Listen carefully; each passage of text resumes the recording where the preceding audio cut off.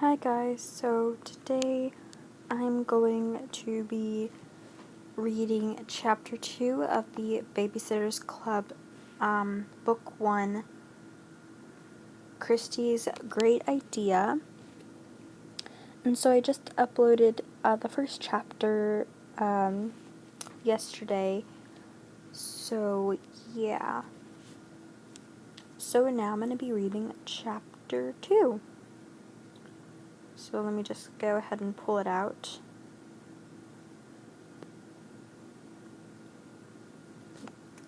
Okay. Oh, font size is very big.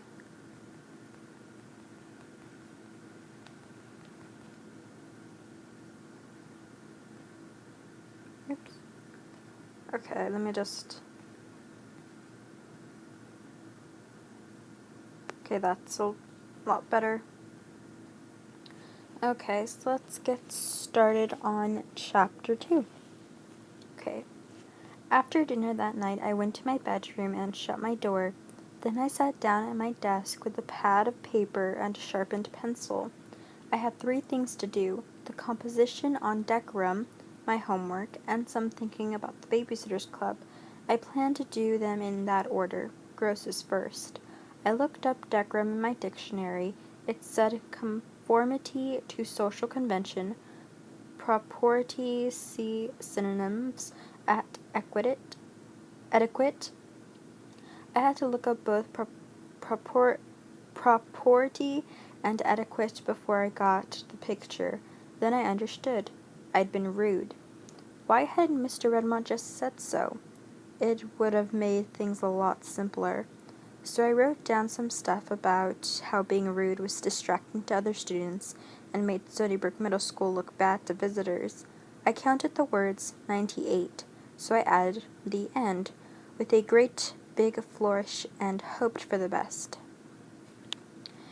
Then I did the math assignment and read about Paraguay, I don't know how to say that word, for social studies, and then it was time to think about the Babysitters Club. I smoothed out a fresh piece of paper and started making a list. Number 1, members. Me, Marianne, Claudia, who else? 2, advertising. Flyers, telephone, newspaper. 3, set up meeting times when clients can call to line up sitters, where to meet. 4, weekly dues for expenses. My idea was that Marianne and Claudia and I would form a club to do babysitting. We could tell people, our clients, that at certain times during the week we could all be reached at one number. We would hold our meetings during those times. That way, when someone needed a sitter, he or she could make one phone call and reach 3 different people. One of us would be available for sure. Of course, people could call us individually at other times, but the beauty of the meeting would be the opportunity to reach several babysitters at once. Our clients wouldn't have to go through what Mom had just gone through at dinner. We would have to advertise ourselves, I decided.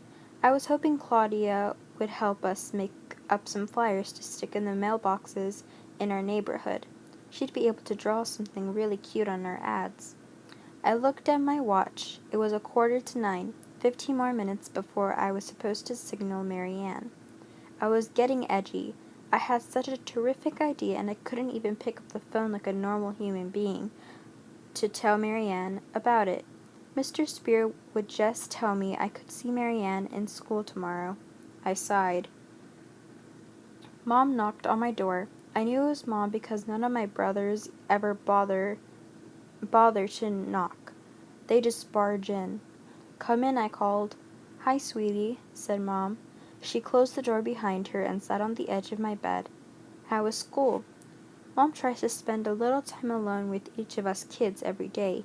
She feels guilty that she and my father are divorced and that she has to work full-time to support us. She told us so. I wished she wouldn't feel guilty. It's not her fault that Dad ran off to California and got married again. and doesn't send Mom much child support money. Mom says she doesn't want more money, though. She has a terrific job at this big company in Stamford, and she likes the fact that she can support us so well. It makes her feel proud and independent, but she still feels guilty. My father can be sort of a jerk sometimes. He hasn't called us in over a year, and he even forgot my 12th birthday last month. I paused, trying to think of a way to answer Mom's question without telling her about the composition I had to write. "Christy," Mom asked. "It was fine." "Okay, what happened?" There is absolutely no fooling Mom. "Well," I said, "you know how hot it was today?" "Yes." "And you know how sometimes a hot day can seem really long?" "Christy, get to the point." So I did, and Mom laughed. Then she read my composition and said she thought it was fine. I asked her if she thought the end could count as the 99th and 100th words, and she smiled and said she hoped so. My mom is really great. When she left to go talk to Sam, it was 9 o'clock. I got out my flashlight, turned off the lamp by my desk, and stood at the window that faced Marianne's room. I flashed the light once to let her know I was there. She flashed back. Good, she was ready. Then I flashed out this message. It took forever. "Have great idea for Babysitters Club. Must talk. Important. Can't wait. We can get lots of jobs." There was a pause. Then Marianne flashed, "What?" And I had to start all over again. I shortened the message. At last Marianne flashed, "Terrific. See you tomorrow." And we put the flashlights away. Marianne hasn't been caught once, and we plan to keep it that way. I was just closing the drawer where I hide my flashlight when Mom knocked again. "Come in," I said curiously, turning the light on. Mom doesn't usually come back for a second chat. On the other hand, I don't usually keep my door closed for so long. This time, Mom sat at my desk and I sat on the bed. "I just wanted to let you know," she said, "that I'm going out with Watson on Saturday night." "I forgot to tell you before." I groaned. Mom has been seeing this guy Watson off and on for about 4 months. She likes him a lot, but I don't like him much at all. He's divorced from his wife and has 2 little kids, plus he's getting bold. "I'm not asking for your permission, Christy," Mom said. "I just want you to be able to plan on my being out Saturday. Charlie's going on a date, but Sam will be home." I nodded. "I wish you could be a little more open-minded about Watson," said Mom. "I can't make you like him, but you haven't given him much of a chance." "The truth is, I haven't given any of the men Mom has dated a chance. I'm afraid that if I break down and treat them nicely, one of them might marry Mom. Think what could happen then. We're happy the way we are." "One more thing," said Mom. "This is Watson's weekend to have the children, and he has to work on Saturday morning. He doesn't like it, but that's the way it is. He wondered if you'd babysit for Andrew and Karen while he's at the office." I shook my head. "Watson has asked me at least 3 times to sit for his kids, but I won't do it. I don't want to have anything to do with him or his family. I either make up an excuse or else I flatly refuse." "Okay," said Mom. "It's your choice." She sounded as if she meant, "It's your funeral." But she came over to me and kissed the top of my head, so I knew she wasn't angry. "Going to bed soon?" she asked. "Yeah, you can leave the door open," I told her as she left my room. I said good night to my brothers, and a half-hour later I crawled into bed. Louis sat out next to me. I lay there, stroking him and thinking about Mom, and Watson and Andrew and Karen. Then I remembered the Babysitters Club and cheered up.